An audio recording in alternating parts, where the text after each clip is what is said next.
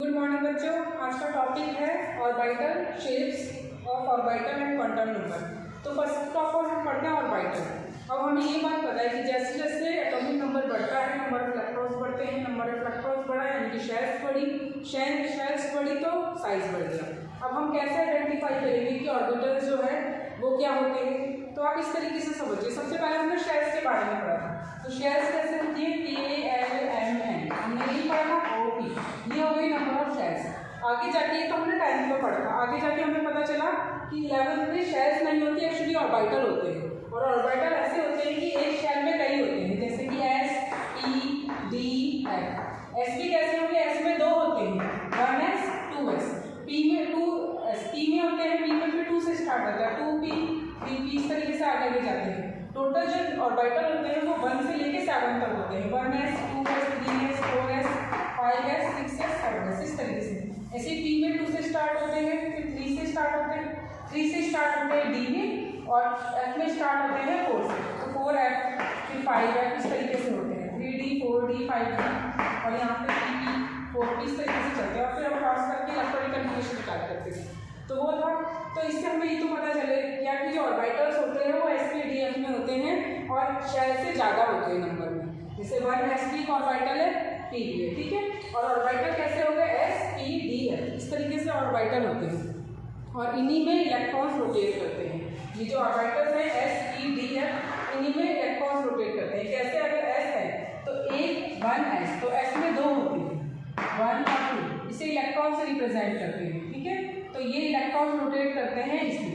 ऐसे ही सेकंड होता है P 2P, तो P के 3 होते हैं, इसमें रोटेट करते हैं इलेक्ट्रॉन, ठीक है। तो हम टोटल मैक्सिमम 6 इलेक्ट्रॉन्स आ सकते हैं, तो इसे आइडेंटिफाई करना होता है। हो गया हमारा ऑर्बिटल। उसके बाद आती है शेप्स, कि जो भी शेप्स है, अब शेप्स कैसे पता चलेगी कि अगर एक इलेक्ट्रॉन्स है तो वो कौन सी शेप में फिल होगा, अगर 2 इलेक्ट्रॉन्स हो तो कौन सी शेप बनाएगा, अगर 3 हुए तो कौन सी बनाएगा, अगर कोई इलेक्ट्रॉन्स P में है तो कौन सी शेप में प्रेजेंट होगा, इस तरीके से बात की जाती है। तो नेक्स्ट टॉपिक है हमारा शेप्स ऑफ ऑर्बिटल। ऑर्बिटल हमने पढ़ लिया, ऑर्बिटल में SPDF होते हैं। अब है शेप्स, तो शेप्स 4 तरीके की आ जाती है बेटा, ठीक है। तो शेप्स कैसे होती है, सबसे पहली S शेप होती है, जो स्फेरिकल होती है, ठीक है, स्फेरिकल शेप।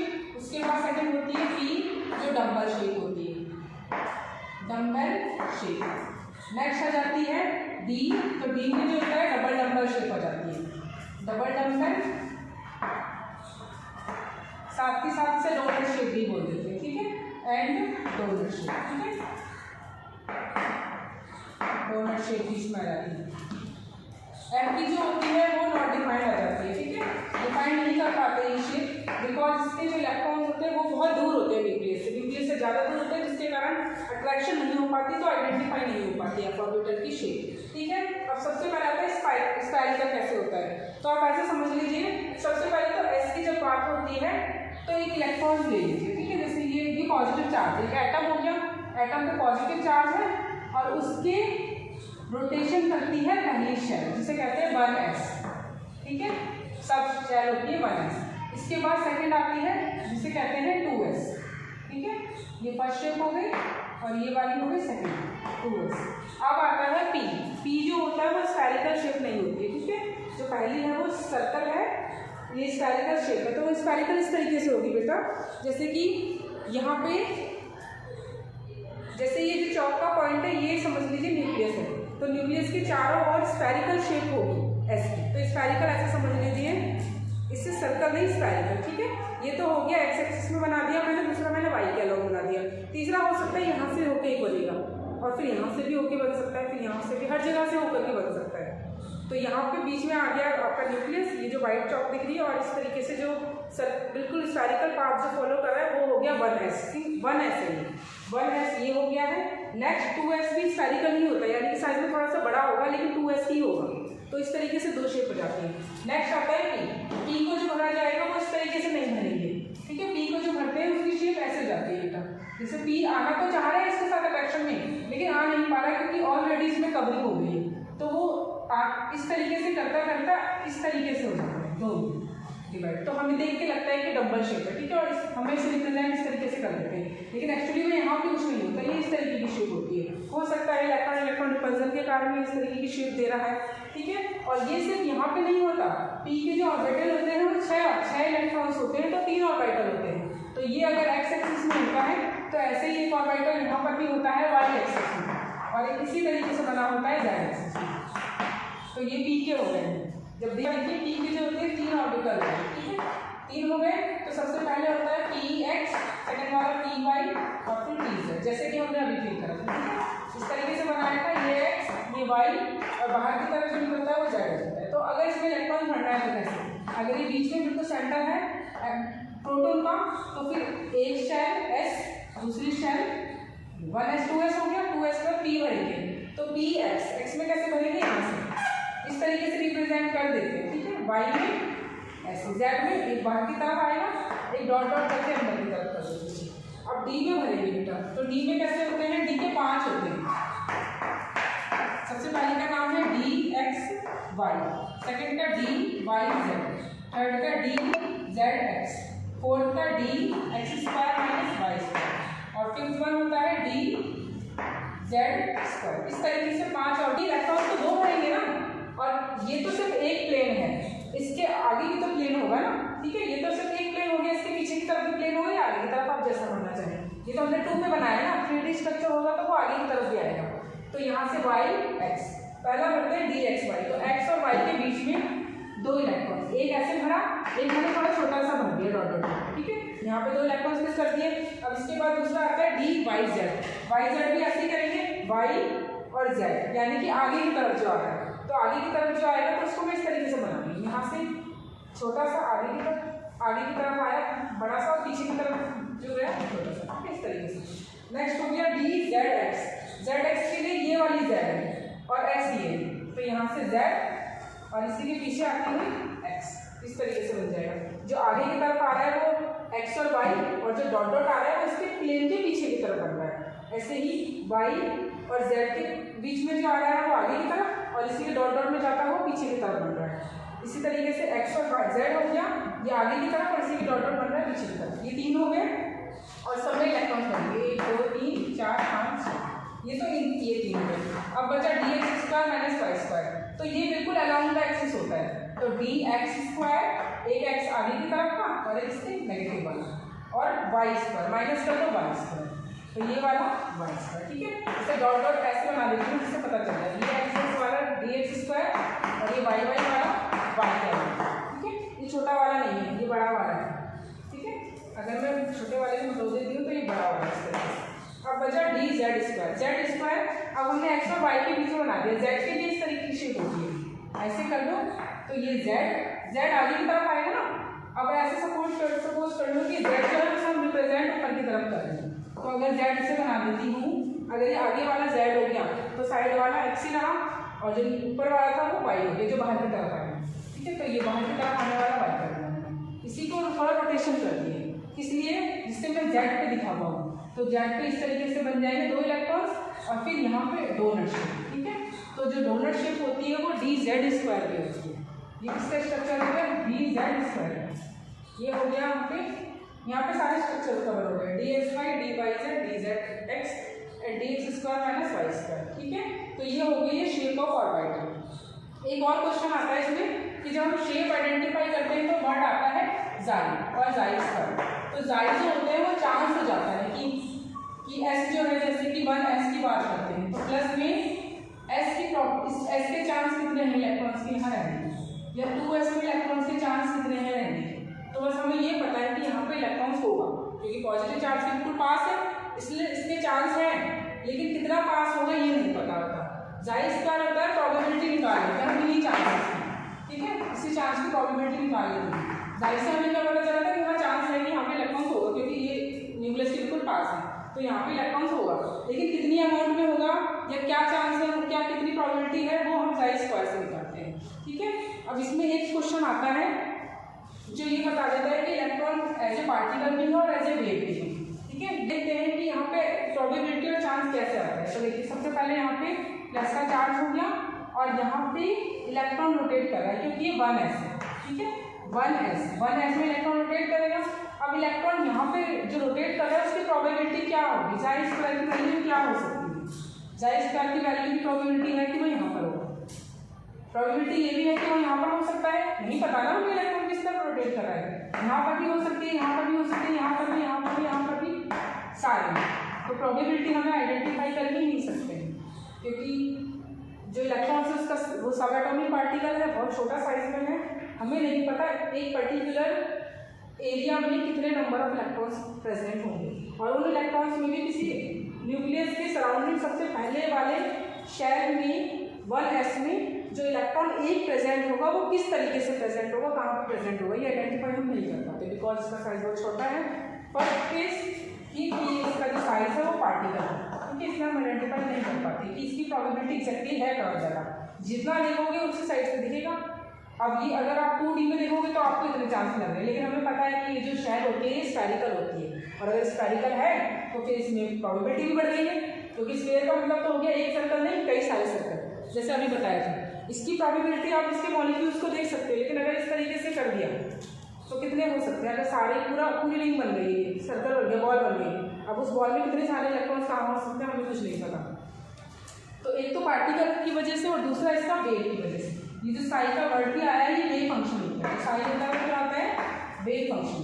अब अगर वेव फंक्शन है तो वेव की तरह काम करे, यानी कि इलेक्ट्रॉन यहाँ पर भी दिखेगा और वो यहाँ पर भी दिखेगा, क्यों, क्योंकि वेव की तरह काम कर रहा है, तो इस तरीके से सारे रिंग में घूमता रहेगा। तो घूमता रहेगा, यही वजह है कि हम उसका प्रोबेबिलिटी नहीं बता पाते, एग्जैक्ट नहीं बता पाते, ठीक है, क्योंकि वेव की तरह भी काम करता है, पार्टिकल की तरह भी काम कर रहा है, तो दोनों की तरह काम कर रहा है, तो हम कैसे आइडेंटिफाई कर पाएंगे। ठीक है, यहाँ तक आ गया है आपका orbital and shape of orbital, ये दोनों टॉपिक फिनिश हो गए हैं। नेक्स्ट है आपका क्वांटम नंबर।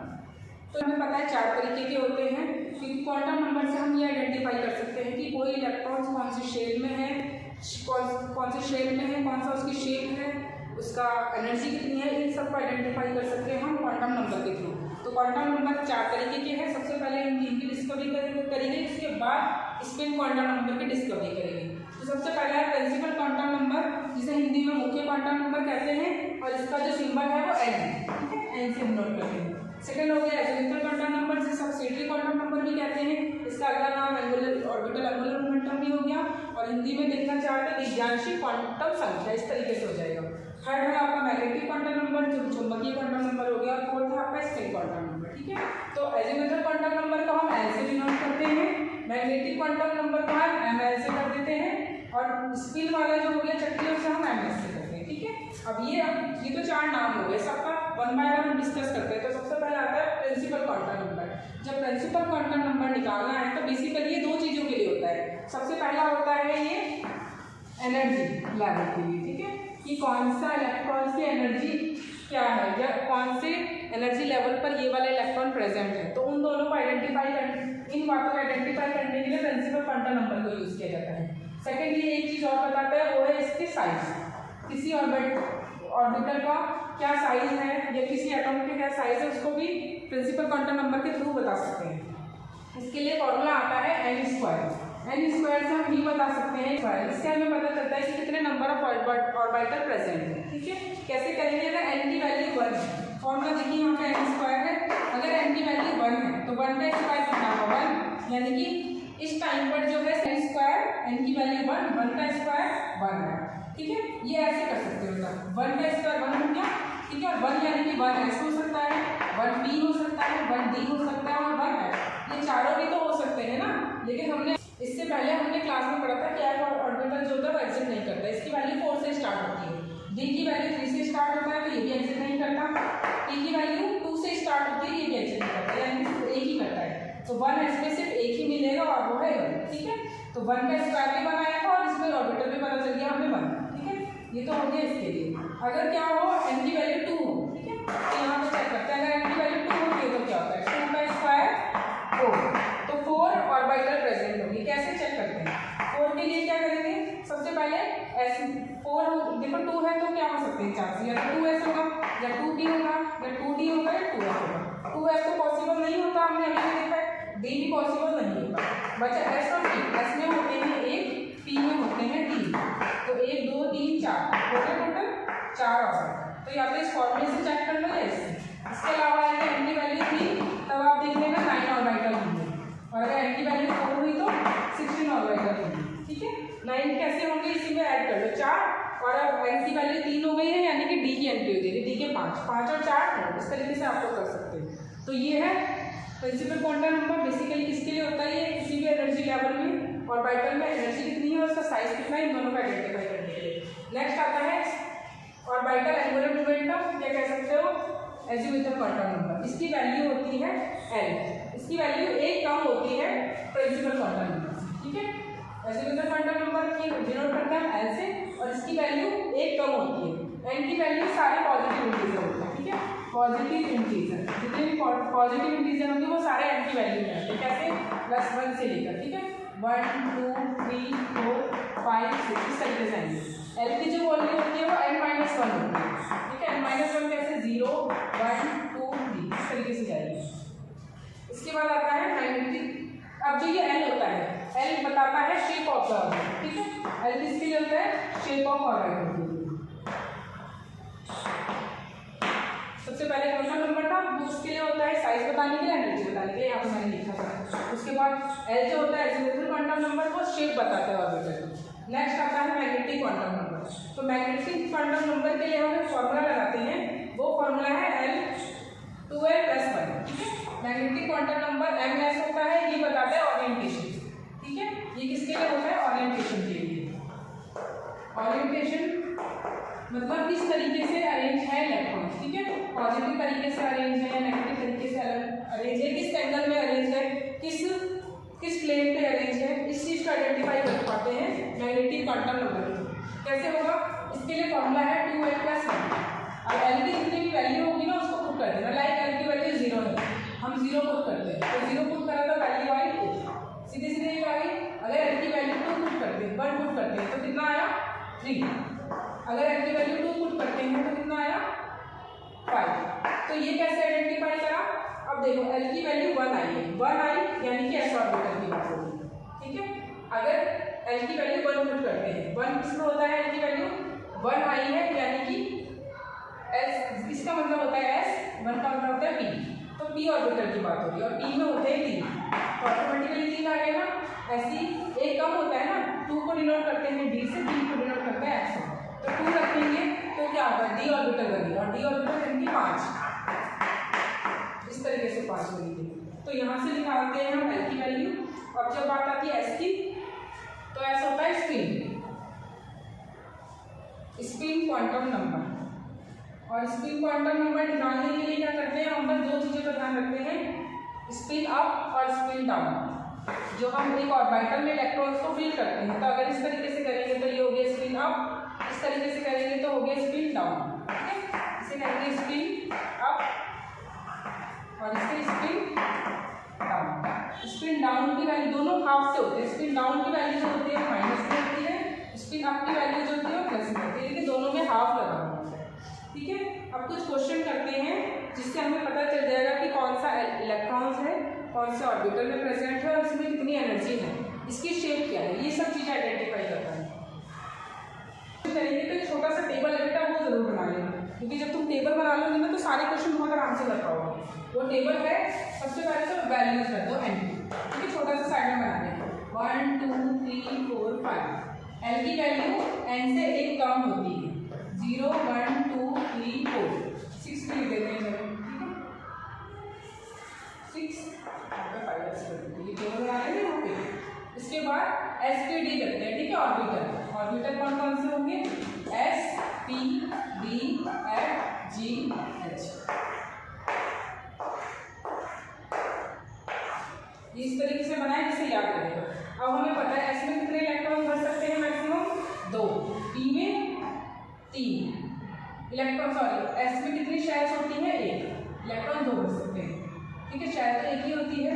P में होते हैं 3, D में होते हैं 5, F में होते हैं 7, G में होते हैं 9 और H में होते हैं 8, इस तरीके से होते हैं, ठीक है।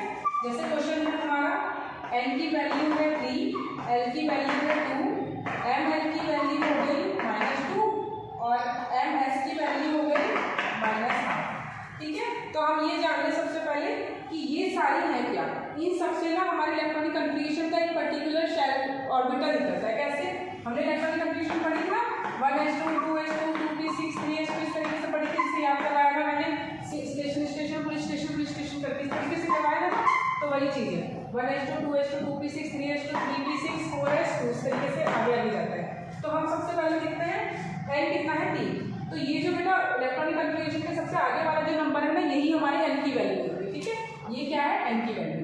तो यहाँ पे n कितना हो गया, 3। अब हमें पता है l जो होता है वो n से 1 कम होता है, n से 1 कम है, हाँ, यानी कि क्वेश्चन सही है। अब l की वैल्यू देखो 2 है कहाँ, l की वैल्यू 2 जो है वो d में है, तो ये हो गया 3d, इस तरीके से हो गया। अब हमें देखना है कि ml की वैल्यू -2 है, तो कैसे है, तो ये 2l+1 वाला फॉर्मूला लिखा, 2l+1, l की वैल्यू कितनी थी, 2 को रखेंगे तो 5 आ जाएगी, 2 2 4 और 1 5 है, तो d के 5 ऑर्बिटल बनाएंगे, यहाँ पे 0 फिर +1 और फिर यहाँ से +2 और यहाँ -1 -2 इस तरीके से ऑर्बिटल बनाते हैं। नेक्स्ट आता है ms माइनस में ms है और वैल्यू है -2, तो हमें देखना -2 कहाँ है, यहाँ है -2, और -2 में जो s भरा है ना वो माइनस में भरा है, तो स्पिन डाउन है। स्पिन डाउन कैसे होगी, अकॉर्डिंग टू हंस रूल, पहले सीधा जाएगा फिर अपोजिट, इस पर आया है, ठीक है, तो स्पिन डाउन है।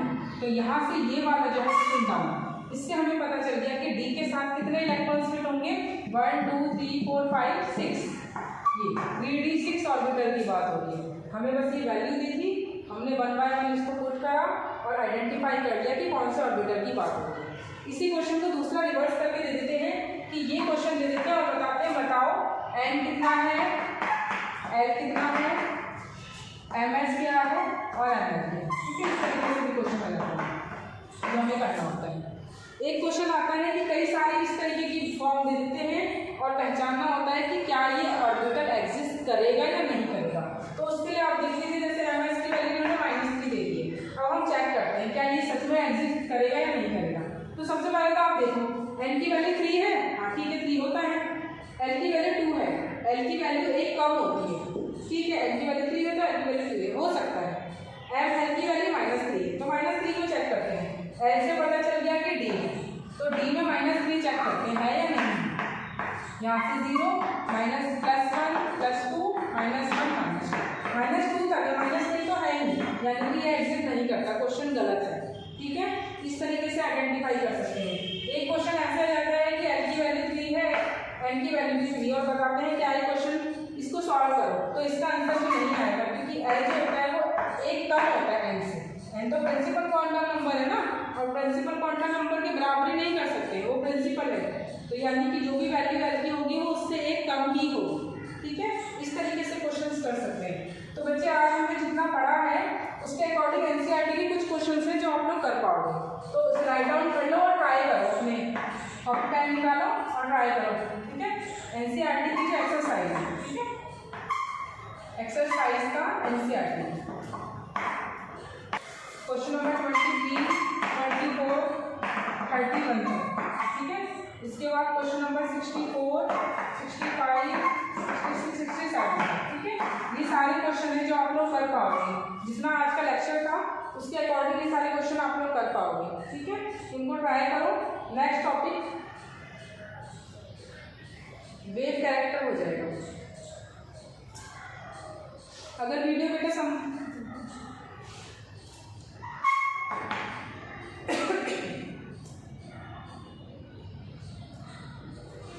अगर इन क्वेश्चनों को सॉल्व करने में कहीं भी दिक्कत आ रही है तो इस वीडियो को एक बार और दोबारा देख लेना, इसके बाद ये डेफिनेटली सारे क्वेश्चंस कर पाओगे। अगर तब भी नहीं हो पा रहे हैं ये क्वेश्चन तो कमेंट में इन क्वेश्चनों के नंबर लिख देना, बस उनके सॉल्यूशन मैं कमेंट में ही आप लोगों को कर दूँगी, ठीक है।